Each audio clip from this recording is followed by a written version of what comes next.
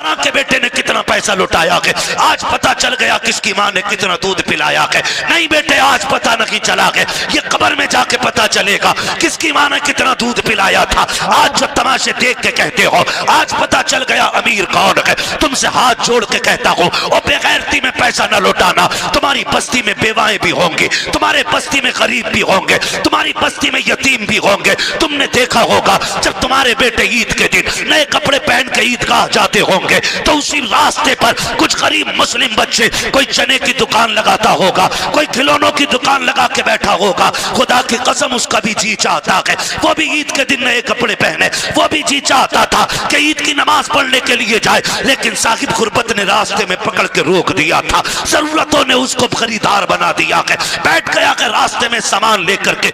कितनी इज्जतें अल्लाह ने इनको बख्शी हैं, लेकिन हमारा तो मिजाज ही अलग है। और एक बात समझ बैठी है हम लोग के जो होगा देखा जाएगा, देख लेंगे, जो होगा देखा जाएगा, अभी मौज कर लेने दो।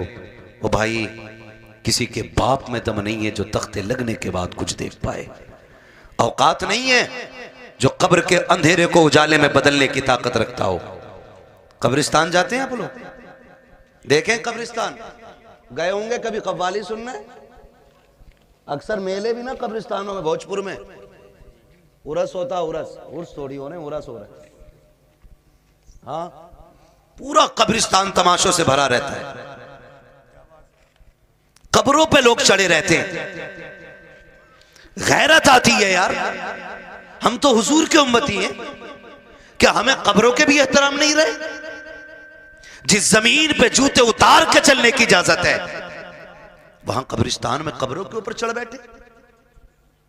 और कब्रिस्तान में भी कोई तिलावत नहीं है, उलमा बैठे। कब्रिस्तान में तो जोर से कुरान पढ़ने तक की इजाजत नहीं,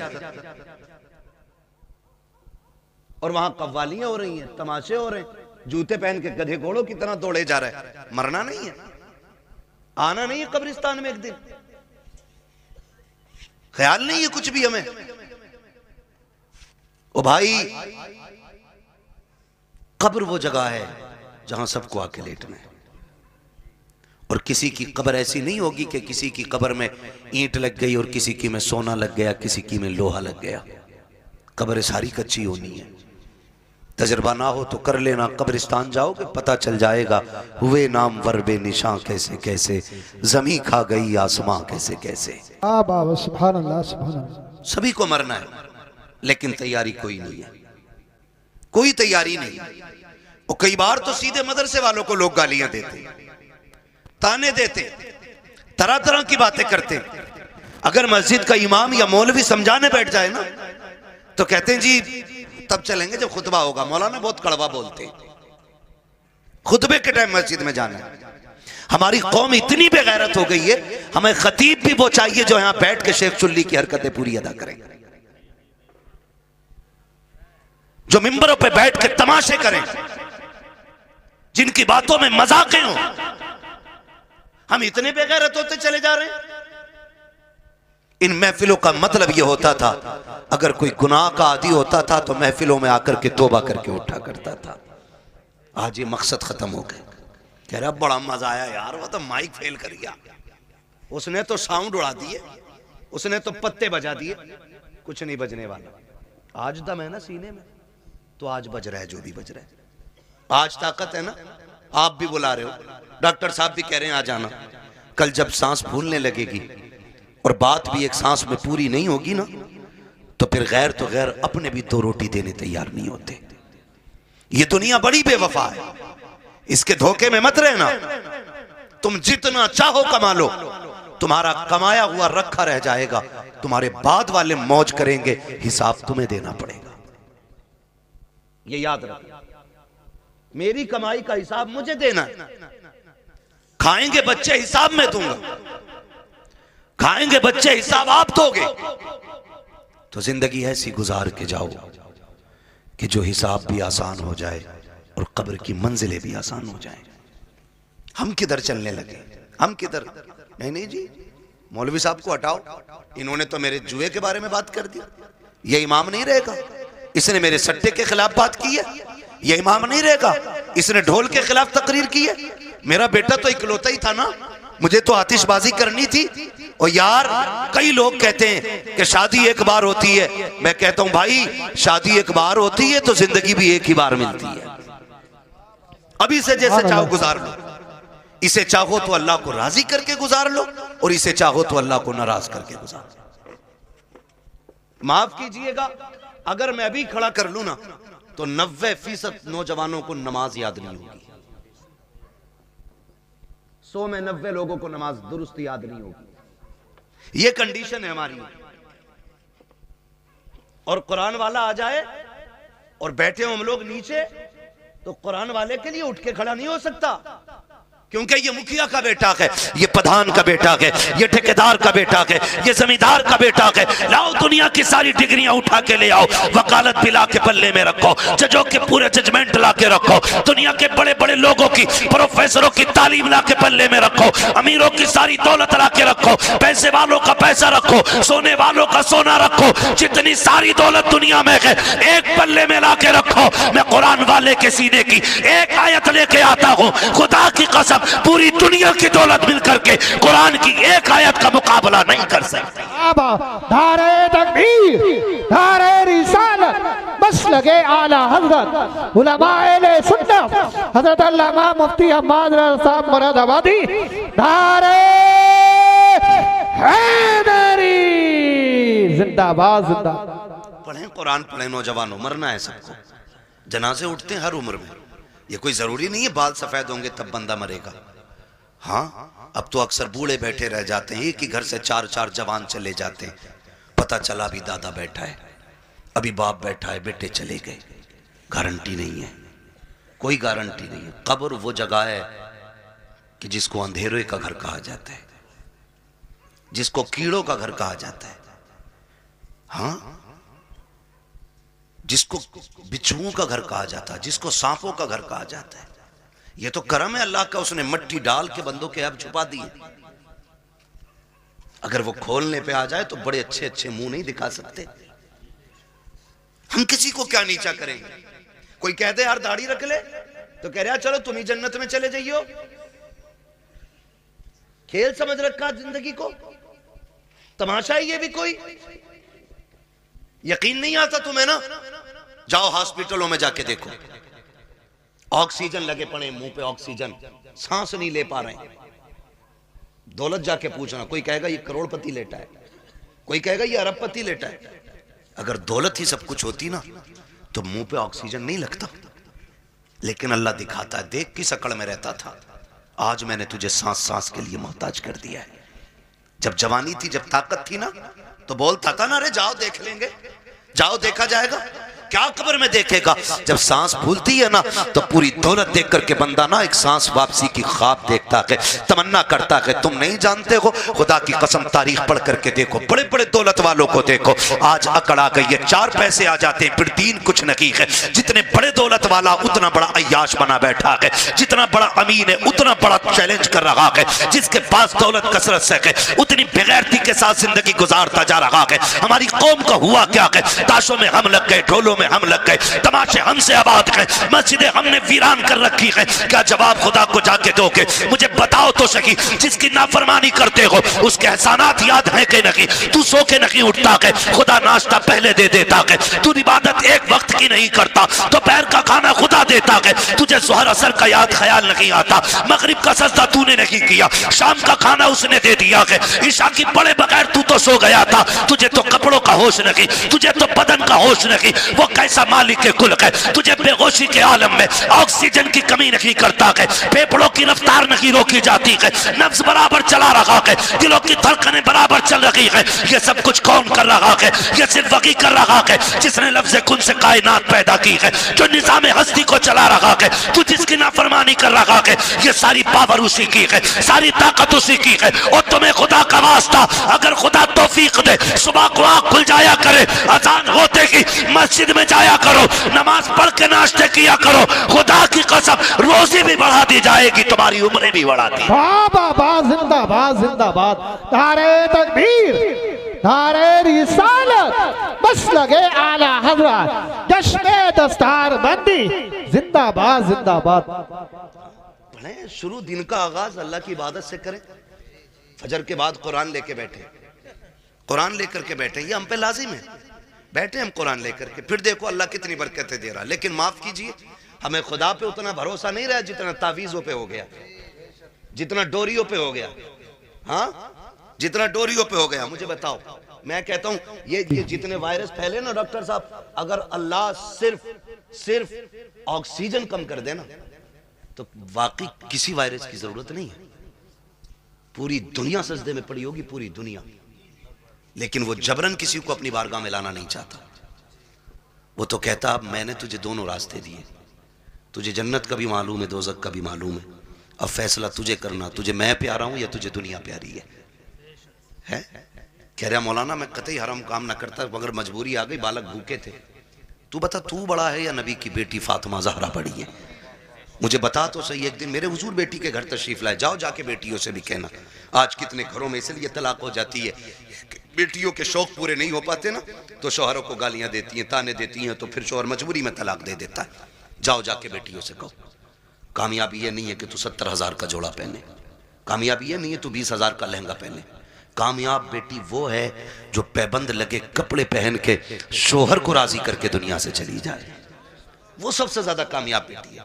लेकिन ख्वाब बड़े, शौक बड़े, जब से ये आए ना ये खिपड़े मोबाइल है, अब तो नमाज छोड़ देगी लेकिन सीरियल नहीं छोड़ेगी, रोटी में लेट हो जाएगा लेकिन सीरियल देखेगी। ये तमाशे हमारे घरों में आ गए, और वो फैशन फिर हमारी नस्लों में उतर आया, वही फैशन उतर आया, वही फैशन हमारी नस्लों में उतर आया। हमें हो क्या गया, आज दुनिया चीख रही है, दुनिया चीख रही है। फिर वो जब देखती है तो शोहर से कहती है मुझे ये चाहिए ऐसे कपड़े। शोहर बेचारा 500-600 रुपए रोज का कमाने वाला, 500-600 रुपए रोज के अब तो खर्चे भी हैं घर के, गरीब से गरीब तर बंदे का खर्च कम से कम 1000 रुपए घर का हो गया, जो महंगाई का दौर है। मेरी बेटी मेरी बहन, अगर शोहर 600 रुपए कमा के ला रहा है, बता बच्चों का पेट भरे या तेरे शौक पूरे करे? खुदारा इन शौकों का गला घोटो, जिंदगी इसका नाम नहीं है। एक दिन मेरे हुजूर बेटी के घर तशरीफ लाए, जब बेटी के घर तशरीफ लाए दरवाजे पे दस्तक दी, आवाज आई मन दक्कल बाब। दरवाजा किसने बजाया? हुजूर फरमाते हैं अना मोहम्मद रसूलुल्लाह। बेटी मैं तुम्हारा वालिद आया हूँ। कहती हुजूर अकेले हैं या कोई साथ में? हुजूर फरमाते हैं बेटी अकेला हूँ। फरमाया फिर अंदर आ जाए, और अगर कोई साथ में हो तो मुझे चादर दे। हुजूर अंदर तशरीफ लाए, बेटी मुसल्ले पे बैठी है, सुने कान खोल के। जब अंदर आए बेटी मुसल्ले पे बैठी है, हुजूर के इस्तकबाल में उठ के खड़ी हुई, कदम कांप गए, कदम काट गए। मैं किसकी बात कर रहा हूँ? खातून जन्नत, जिनको जन्नती औरतों की मलका बनाया गया है, हाँ, जिनके सरदारी का वादा मेरे हुजूर ने ले लिया, मैं उनकी बात कर रहा हूँ। आज के घर की बात नहीं, आज कोई मौलवी की बेटी, कोई किसान की, कोई प्रधान की, कोई जमींदार की, कोई चौकीदार की, आज मुस्तफा की बेटी नहीं है। लेकिन मिजाज फिर भी आज के देखिए, और कल की बात देखिए, खड़ी हुई मुसल्ले पे। हुजूर फरमाते हैं फातिमा ये बात क्यों कही? कोई हो तो चादर दे दे, और ना हो तो अंदर आ जाए। कहती हैं अब बाबा जो दुपट्टा मैंने ओढ़ रखा है ना, इसके पैबंद खुल गए हैं, कोई और होता तो मैं इसके ऊपर से आपकी चादर डालती, लेकिन बाप है और बाप बेटी का पर्दा क्या। जब आए ना तो बेटी कांपी, गिरने लगी। हुजूर ने बेटी को संभाला, फरमाते फातिमा खैर तो है? कहती या रसूलल्लाह फाकों से कमजोरी इतनी आ गई है कि खड़ा नहीं हुआ जाता। हुजूर की आंखों में आंसू आ गए। फातिमा क्या चाहती है? महबूब बेटी तेरी और इतने फाके? मेरे नबी ने फरमाया बेटी मुसल्ले का कोना हटा। जब कोना हटाया ना तो मुसल्ले के नीचे हीरे जवाहरात का दरिया था। आका फरमाते बेटी जितने चाहे भर ले, मगर याद रखना या तो दुनिया ले लो या आखिरत ले लो। खातून जन्नत ने वही कोना छोड़ दिया। कहती आका फातिमा की पूरी जिंदगी खुदा के लिए गुजरी है, मुझे इस दौलत की कोई जरूरत नहीं है। आज हुआ क्या है हमें? आज हुआ क्या है? बात बात पे बेटियां तलाक मांगने लगती हैं। चल चल तेरे घर में सुख नहीं पाया, तेरे घर में सुकून नहीं पाया। और जब लड़ाइयां होती हैं ना तो फिर ये भी फोन करके कहते हैं आऊं क्या बेटी? वो कहती है आओ अब्बा जरा देखियो ही ना आके। सुनो, शादी के बाद औरत के हक में सबसे ज्यादा ताकतवर उसका शौहर होता है, बाप चाहे करोड़पति क्यों ना हो। शौहर से ज्यादा ताकतवर कोई नहीं उसके लिए। आपके पास दौलत है, आप गए अपने जाके तमंचा कान पे रख दिया, लेकिन शौहर 3 बार कहेगा तलाक तलाक तलाक, पूरा खेल खत्म, सिस्टम खत्म। अब आप कुछ नहीं कर सकते। मार सकते हो, लेकिन बेटी को जिंदगी नहीं लौटा के दे सकते। जो इज्जत गई है वो नहीं लौटा के दे सकते।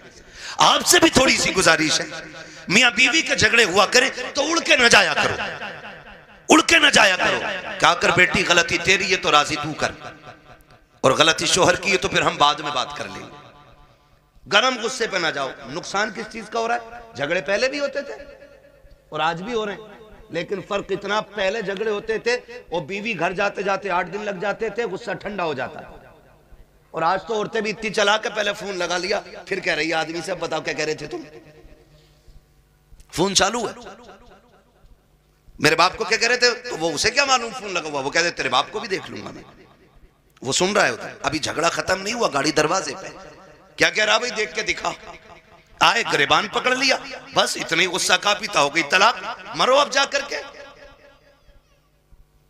और ये तलाक कराने वाले खुद अपनी बेटी को इज्जत के टुकड़े नहीं दे पाते। कई बेटियों की ये शिकायतें हमने सुनी है कि जब शौहर से झगड़ा हुआ सारे हमदर्द बन के गए थे, लेकिन आज 6 महीने हो गए हैं, कभी बाप कह देता बेटी दवा का पैसा नहीं है, कभी भाई कह देता बाद में सुनी जाएगी, कहती मौलाना अब क्या किया जाए, मेरे भाई मेरी बहनों मेरी बेटियों, आप मौलवी कुछ नहीं कर सकता है, जो भी करना था तुम्ही को करना था, तुम्हें मुस्तफा का अखलाक हासिल करना था, आका करीम का किरदार सीखना था, जिंदगी कैसे चलती है ये तुम्हें सीरियल नहीं बताएंगे, सीरियल घंटे 2 घंटे के होते हैं, जिंदगी 60 साल की होती है, इसे सीखने के लिए मुस्तफा की 63 साल जिंदगी पढ़ना पड़ेगी, आका का किरदार सीखना पड़ेगा, 60-70 साल की जिंदगी के लिए मुस्तफा को समझना पड़ेगा। याद रखिएगा जो मुस्तफा की जिंदगी के मुताबिक जिंदगी गुजारते हैं उनकी दुनिया भी बेहतर हो जाती है, आखिरत भी बेहतर हो जाती है। बाबा जिंदाबाद जिंदाबाद, नारे तकबीर, नारे रिसालत जिंदाबाद। कोशिश करें हुजूर की जिंदगी सीखें, लेकिन दिल के पपोले जल उठे सीने के दाग से, इस घर को आग लग गई घर के चिराग से।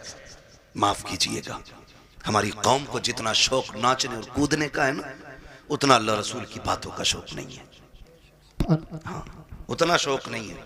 हमारे इलाके में अक्सर 2-4 जगहें ऐसी हैं जहां पे ढोल तबंगर तमाशे सब कुछ हो रहे। क्यों हो रहे हैं? क्या ये जायज है? मुझे जरा दिल पे हाथ रख के बताओ। मजार बनाइए मेरे सामने, दिख रहा है मुझे मजार है। ये जो अल्लाह वालों के मजार बने, ये क्यों बने? क्या ये तमाशे करते थे? इनके गलों में ढोलक लटकी रहती थी? मजार उनके बने हैं जिन्होंने रातें भी जाग के गुजारी हैं, दिन रोजों में गुजारे हैं। इबादत करने वालों के मजार बने और उनके मजार पे पक्के पक्के शराबी बेनमाजी आते हैं। एक की दाढ़ी नहीं होती और कह रहा मुझे चढ़ गया चिश्ती रंग रंग। ये रंग है चिश्ती? एक वक्त मस्जिद में जाने की तौफीक नहीं, वो कह रहा है मुझे चढ़ गया चिश्ती रंग रंग। ये चिश्ती रंग है? ये शैतानी रंग है तुम्हारा, ये इब्लीसी रंग है।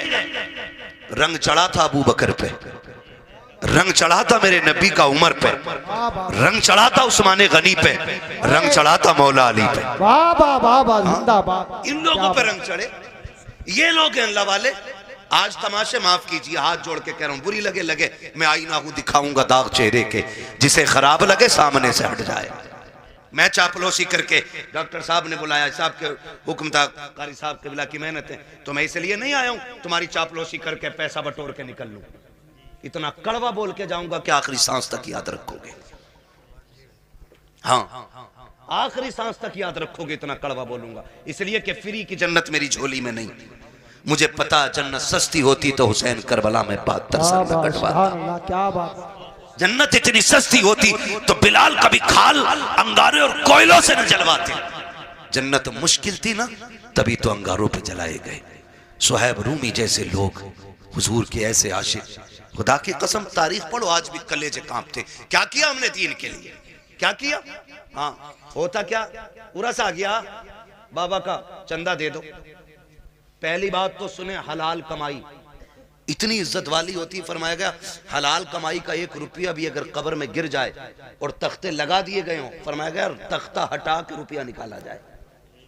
1 रुपए की इतनी वैल्यू है, जबकि सगा भाई मुंह ना देख पाया हो, बेटे ने बाप को ना देखा हो, बाप ने बेटे को ना देखा हो, तख्ते हटा के मुंह दिखाने की इजाजत नहीं है।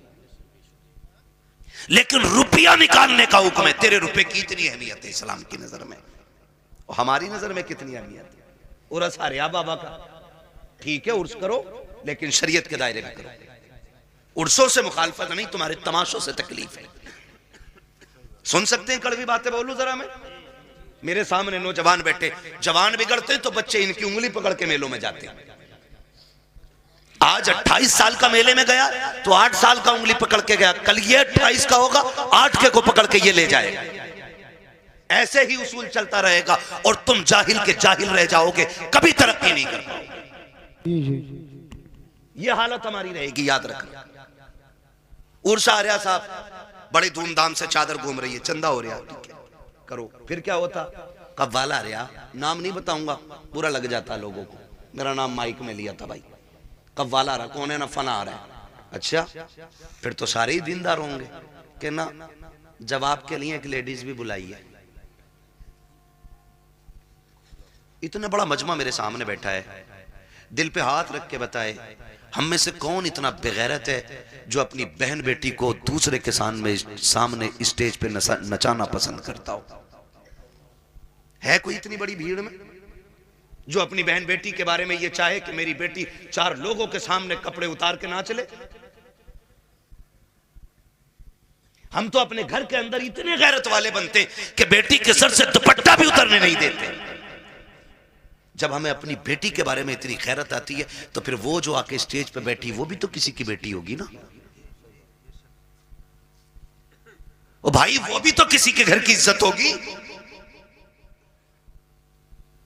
मुझे बताया जाए, हमें अपनी बेटियों की इज्जत इतनी प्यारी है तो पराई बेटी को नचाने का हक तुझे किसने दिया है? और वो भी कौम के गैरत वाले पैसे से, जिसे किसी ने बट्टे पे कमाया, किसी ने फैक्ट्री में कमाया, किसी ने पसीना बहा के कमाया, किसी ने गेहूं कटाई में कमाया, किसी ने धान कटाई में कमाया, किसी ने रात दिन मेहनत करके कमाया, उसे तुम लोगों के अय्याशियों पे खर्च कर देते हो थोड़ी सी देर की जहनी अय्याशी के लिए। का इधर से मुकाबला होगा, इधर से मुकाबला करने वाली होगी, इधर से शेर होगा, उधर से जवाब आएगा। आग लगे इस बेगैरती को। उसी में देखा जाता है चंद कौम के बेगैरत अमीर आगे टेबल लगा के बैठ जाते हैं, नोटों की यूं बारिशें किया करते हैं, चंद बेगैरत वाह में लग जाते हैं। कह तो देखो फला के बेटे ने कितना लुटाया है, फला के बेटे ने कितना पैसा लुटाया है, आज पता चल गया किसकी मां ने कितना दूध पिलाया है। नहीं बेटे, आज पता नहीं चला है, ये कब्र में जाके पता चलेगा किसकी मां ने कितना दूध पिलाया था। आज जो तमाशे देख के कहते हो आज पता चल गया अमीर कौन है। तुमसे हाथ जोड़ के कहता हूं, और बेगैरती में पैसा न लुटाना। तुम्हारी बस्ती में बेवाएं भी होंगी, तुम्हारे बस्ती में गरीब भी होंगे, तुम्हारी बस्ती में यतीम भी होंगे। तुमने देखा होगा जब तुम्हारे बेटे ईद के दिन नए कपड़े पहन के ईदगाह जाते होंगे तो उसी रास्ते पर कुछ गरीब मुस्लिम बच्चे कोई चने की दुकान लगाता होगा, कोई खिलौनों की दुकान लगा के बैठा होगा। खुदा की कसम उसका भी जी चाहता है वो भी ईद के दिन नए कपड़े पहने, वो भी जी चाहता था कि ईद की नमाज पढ़ने के लिए जाए, लेकिन साहिब गुरबत ने रास्ते में पकड़ के रोक दिया था, जरूरतों ने उसको खरीदार बना दिया है। बैठ गया कि रास्ते में सामान लेकर के हम खरीदते तो चले जाते हैं, लेकिन गुर्बत का ख्याल किसी को नहीं आता। हाँ, तेरे पास दौलत है, तुझे रब ने पैसा दिया था तो अय्याशियों के लिए तो नहीं था, कव्वाली और तमाशों में लुटाने के लिए नहीं था। काश क्या ही अच्छा होता तू इस पैसे को उठाता, चांद रात वाले दिन किसी यतीम के दरवाजे पे रात के अंधेरे में अंदर डाल के आ जाता, पर्चा बना के डाल देता। ईद सिर्फ मेरी नहीं है, ईद तुम्हारी भी है, इससे तुम भी ईद मनाना। खुदा की कसम, अगर उस पैसे से किसी गरीब की ईद हो जाती तू कब्र में बाद में जाता, मदीने वाला तेरी कब्र में पहले तशरीफ। जिंदाबाद जिंदाबाद, बहुत अच्छी हजरत, जिंदाबाद जिंदाबाद। जो करने के काम थे वो किए ही नहीं, और जो ना करने के थे डूब गए जा करके। हुए नाम वर बेनिशां कैसे कैसे, जमीन खा गई आसमां कैसे कैसे। अल्लाह ने तुम्हें दौलत दी है ना, खर्च करने से कौन रोकता है? लगाओ, लेकिन वहां जहां लगाने की जगह, जहां खर्च करने की जगह। हमारे कमाई मेहनत की है तो हम क्यों हराम काम में लगाएं जिसका नतीजा कुछ ना हो। यार, मैंने किसी किसान को ढेला के धार में आज तक गेहूं बखेरते हुए नहीं देखा। क्यों नहीं बखेरता भाई? इसलिए कि इसमें बखेरूंगा तो मिलेगा क्या? सारे ही बह जाएगा। एक पक्की जमीन में 6 बार हल चला के दाना डालता है, सिर्फ इस उम्मीद पे कि इससे गेहूं उग के आएगा, एक के बदले में 7 बालें मिलेंगी, हर बाल में 70 दाने मिलेंगे। हम किसान से ताल्लुक रखने वाले लोग तो हम तो दाना भी बेकार जगह नहीं डालते। जब दाना बेकार जगह नहीं डालते तो आप पैसा बेकार जगह कैसे डाल सकते हैं? पैसा बेकार जगह कैसे डाल सकते हैं? अल्लाह ने दौलत दी है ना, तो तालीम पे लगाओ, इल्म पे लगाओ, कुरान वालों पे लगाओ। आप पैसे वाले किसी गरीब की तालीम में मदद करें। हम सबसे फिड्डी कौम है तालीमी एतबार से, पूरे मुल्क में सबसे निचले तबके में हम हैं इस वक्त तालीमी एतबार से। गवार हैं हम लोग, इतने गवार। डॉक्टर साहब अक्सर निकलना होता है, हम लोग तो रातों के मुसाफिर हैं, और अक्सर कहते हैं उजाले अपनी यादों के हमारे साथ रहने दो, न जाने किस गली में जिंदगी की शाम हो जाए, है ना। जिंदगी मौत, मौत बहुत तेजी से हमारी तरफ बढ़ रही है, बहुत तेजी से। वो बहुत दूर नहीं है, बहुत तेजी से, बस इशारे की देर है, बस यूं ही पकड़ लिए जाओगे, हिलने का मौका नहीं मिलेगा। कई बार डॉक्टर साहब इस बात का जिक्र करते, मुझसे कहने लगे मुफ्ती साहब मैंने देखा, कई बार लगता है डॉक्टरों को कि यार ये क्या 2 खुराक में ठीक हो जाएगा, लेकिन वो मर जाता है। और कई बार ऐसे मरीज हमारे पास आते हैं कि लोग कह देते हैं बचेगा नहीं, लेकिन फिर भी बच जाता है। कहते हैं तब पता चलता है जिंदगी देने वाला भी अल्लाह है और मौत देने वाला भी अल्लाह है, सारी चीज का मालिक अल्लाह है। मेरे अजीज, मैं आपसे बात अर्ज कर रहा हूं, जब कभी रातों में गुजरना होता है ना, तो जिस कौम के अंदर, जिस बस्ती के अंदर 9 बजे सारे सो जाते हैं तो हम समझ जाते हैं यहां मुसलमान नहीं है, और जहां 12 बजे तक चौक में लोग बैठ के मोबाइल चलाते हैं हम समझ जाते हैं यहां मुसलमान रहते हैं। क्योंकि वक्त की सबसे बड़ी बर्बादी अगर कोई कौम कर रही है तो वो मुसलमान कर रहा है। हमें अपने वक्त की कीमत मालूम नहीं, हमें अपने वक्त की कदर मालूम नहीं। नौजवानों, वक्त की कदर करो, वक्त को गनीमत जानो। कल ये चला जाएगा ना, एड़ियां रगड़ के मर जाएंगे, एक सांस कोई उधार नहीं देगा। सिकंदर नाम सुना होगा, एक बादशाह गुजरे, नाम सुना ना सिकंदर का, बड़े बादशाहों में नाम आता सिकंदर का। सिकंदर अपनी मुहिम पर था और रास्ते में, सफर में उसे सांप ने काट लिया। जब सांप ने उसे काटा ना, तो उसकी फौज में तबीब थे, बड़े बड़े हकीम थे, सारे इलाज में लग गए। कुछ दिन उसको दवाइयां दी, आखिरकार उनको कहना पड़ गया बादशाह अब इलाज बस से बाहर है, मौत करीब आ गई है। उसने कहा क्या मैं गरीबुल वतन मर जाऊंगा? क्या मुझे अपने मुल्क की मिट्टी नसीब नहीं होगी?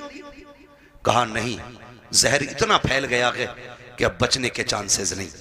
उसने कहा मेरे पास दौलत तो बहुत है, एक काम करो मेरी आधी दौलत ले लो और किसी से इतनी सांसें मुझे उधार दिलवा दो कि मैं अपने वतन में जाके मर सकूं। इतनी सांसें उधार दिलवा दो कि मैं अपने मुल्क में जाके मर सकूं। हंसे हकीम, कहने लगे डॉक्टर ऐसा कभी नहीं हो सकता। कहा क्यों? कि इसलिए नहीं हो सकता क्योंकि इसलिए नहीं हो सकता कि सांसें उधार नहीं मिलती हैं। उसने कहा अगर आधी दौलत से काम नहीं चल रहा है ना,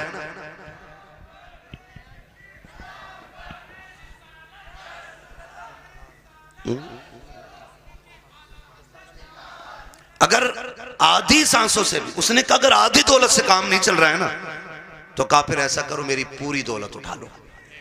तवज्जो है सारे लोगों की? तवज्जो करें जरा, मेरी तरफ देखें। उसने कहा अगर आधी दौलत से सांसें नहीं मिल रही ना, तो उसने कहा मेरी सारी दौलत ले लो, मेरी सारी दौलत ले लो, लेकिन इतनी सांसें मुझे दिलवा दो कि मैं अपने वतन में जाके मर सकूं। भाई शांति से आके बैठ जाओ। उसने कहा इतनी सांसें मुझे दिलवा दो कि मैं अपने वतन में जाके मर सकूं। तो उसने कहा बादशाह पूरी दौलत लेकर भी तुझे एक सांस कोई उधार नहीं दे सकता। उसने कहा फिर सुनो, अगर मेरी दौलत किसी काम की नहीं है ना, तो फिर एक काम करना, मैं मर जाऊं ना तो मेरे हाथ कफन के बाहर निकाल देना। क्या करना है? कफन के, बोले कफन के, मैं मर जाऊं तो मेरे हाथ कफन के बाहर निकाल जान देना। क्यों सिकंदर?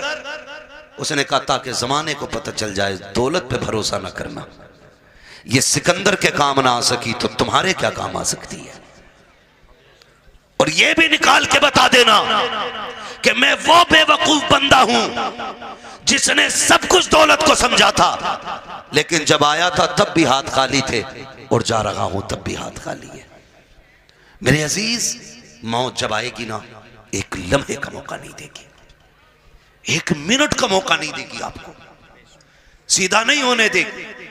तुमने देखा होगा शद्दाद ने जन्नत बनवाई, सुना है कि नहीं? शद्दाद ने जन्नत बनवाई, ख्वाब कितने बड़े थे कि पूरी जिंदगी ऐश की जिंदगी जन्नत में गुजारूंगा, लेकिन जब मरा ना तो जमीन व आसमान के बीच में लटका हुआ था।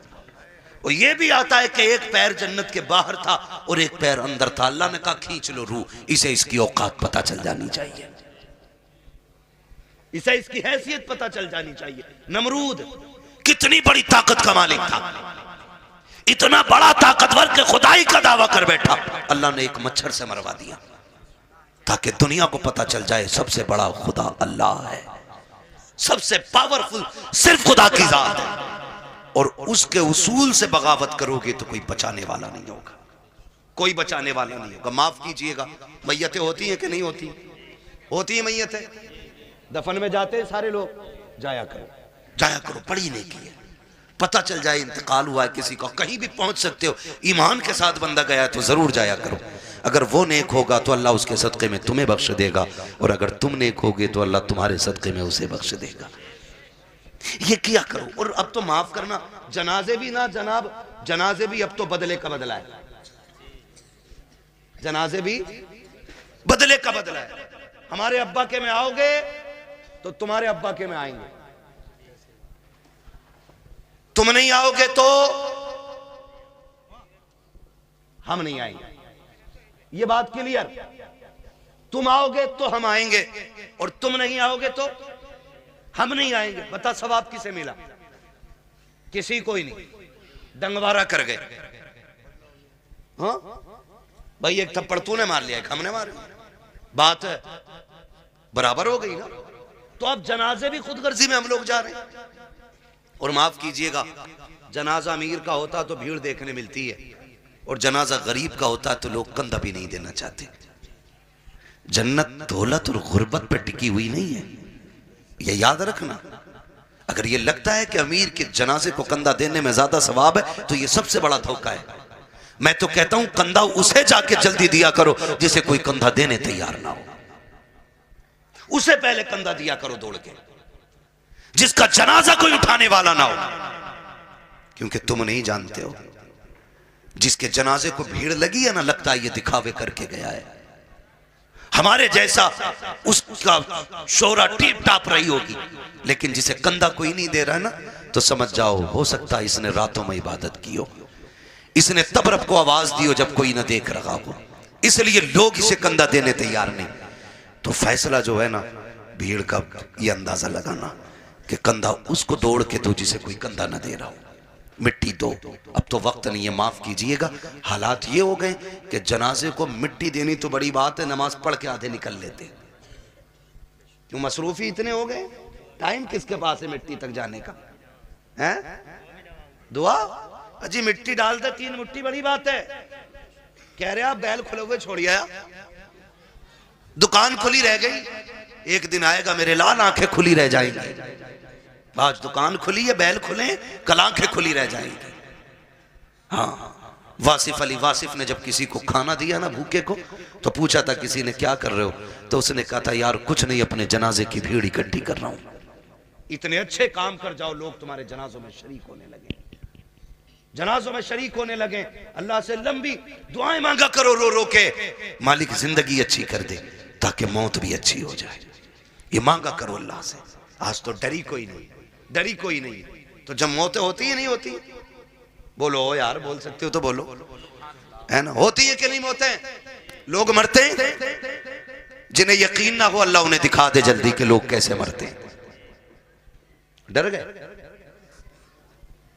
लोग मरते हुए देखें कि नहीं? बोलो यार, जोर से बोल दोगे तो कोई मुंह का रसगुल्ला नहीं गिर जाएगा। मरते हुए देखे ना लोग, मौत के भी अलग अलग तरीके, रूह जब निकलती है ना, इधर से निकलना शुरू होती है और ऐसे निकलती हुई आती है, घुटनों में आती है ना तो रूह फिर अटकती है, फिर नेकियां काम होती आती हैं ना तो फिर रूह निकलती है, फिर कमर में जाकर रूह अटक जाती है, फिर नेकियां सहारा देती हैं तो फिर रूह पर चलती है, फिर सीने का जो मंजर होता है ना वो बड़ा मुश्किल होता है। जब सीने में रूह अटकती है ना करके, तब इंसान को याद आता है कितने पाप किए थे और कितनी नेकियां की थी। तब एक एक करके नेकी याद आती है, एक एक करके गुनाह याद आता है। फिर सोचता है काश कुछ ऐसा कर लेता कि जो कब्र के उजाले का भी इंतजाम हो जाता। लेकिन फिर सोचने से कोई नतीजा नहीं, फिर कोई फायदा नहीं, फिर हजार सर मारो दीवारों में कुछ नहीं होता। हमने ऐसे भी देखे कि गले तक जब मौत आ जाती है ना, सिर्फ जबान करवटें बदलती है। जबान जो ये चल जाती है ना तड़ से, किसी पे भी चल जाती है ना एकदम से, जो एकदम से मिनट नहीं लगते, सेकंड नहीं लगते, ताड़ से ऐसा जुमला निकलता मुंह से कि सामने वाले के कलेजे के पार हो जाया करता है। तीर के दिए हुए जख्म भर जाते हैं यार, जबान के दिए हुए जख्म नहीं भरा करते हैं। जब बेटा अपने बाप से कहता ना तेरी औकात क्या, तूने क्या किया था, तूने तो हमें सिर्फ बड़ा कर दिया, ये जो संपत्ति है ना ये मेरी मेहनत की है। तो याद रखना ये जुमले बाप के कलेजे चीर देते हैं, ये जुमले माँ के कलेजे के टुकड़े टुकड़े कर देते हैं। ये जबान जो आसानी से चल गई थी ना बहनों से कि भीख लेने आ जाया करती है, तेरा है क्या इस जायदाद में, कभी ये ताने ना दिया करो, इसे संभाल के रखा करो। अगर ये गलत चल जाती है इंसान को दोज़ख में पहुंचा देती है, अगर ये सलामती से चलती है तो बंदे को जन्नत तक पहुंचा दिया करो। नारे तकबीर, नारे रिसालत। बस मैं चंद बातें कर ले रहा हूँ। खुदा जबान सही करें, अपनी जबान सही करें, इसे संभाल के बोला करें, जबान संभाल के बोला करें, तड़ से किसी को गाली ना दे, ऐसा जुमला ना बोले कि किसी के कलेजे के पार हो जाए।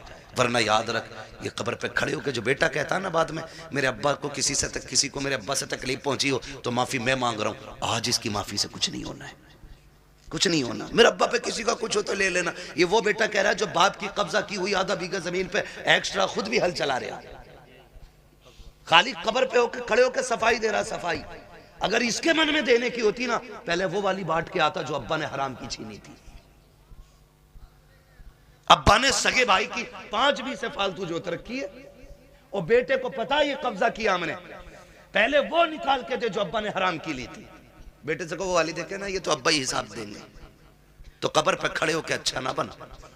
अब सांस बंद हो गई, रजिस्टर बंद, अब तो कब्र जाने और कब्र वाला जाने। अब आया है ना अंदर, जमीन कहेगी आज तेल निकालूंगी। तूने मेरी खातिर अपने सगे भाई को कचहरियों में घसीटा, मेरी खातिर तूने फला रिश्तेदार को जलील किया, आ तुझे तेरी औकात दिखाऊं। जब रगड़ेगी ना तो सुरमा बना देगी, सुरमा, कोई बचाने वाला नहीं होगा। तुम तो इस खुशी में बेखुशी में ये भूले बैठे हो कि तीजा हो गया है बंदा जन्नत में पहुंच गया होगा, 40वां हो गया जन्नत में पहुंच गया। हुकूकुल इबाद का मामला इतना सख्त है मेरे अजीज, तुम एक नहीं, सैकड़ों नहीं, हजारों तीजे 40वें करा लो,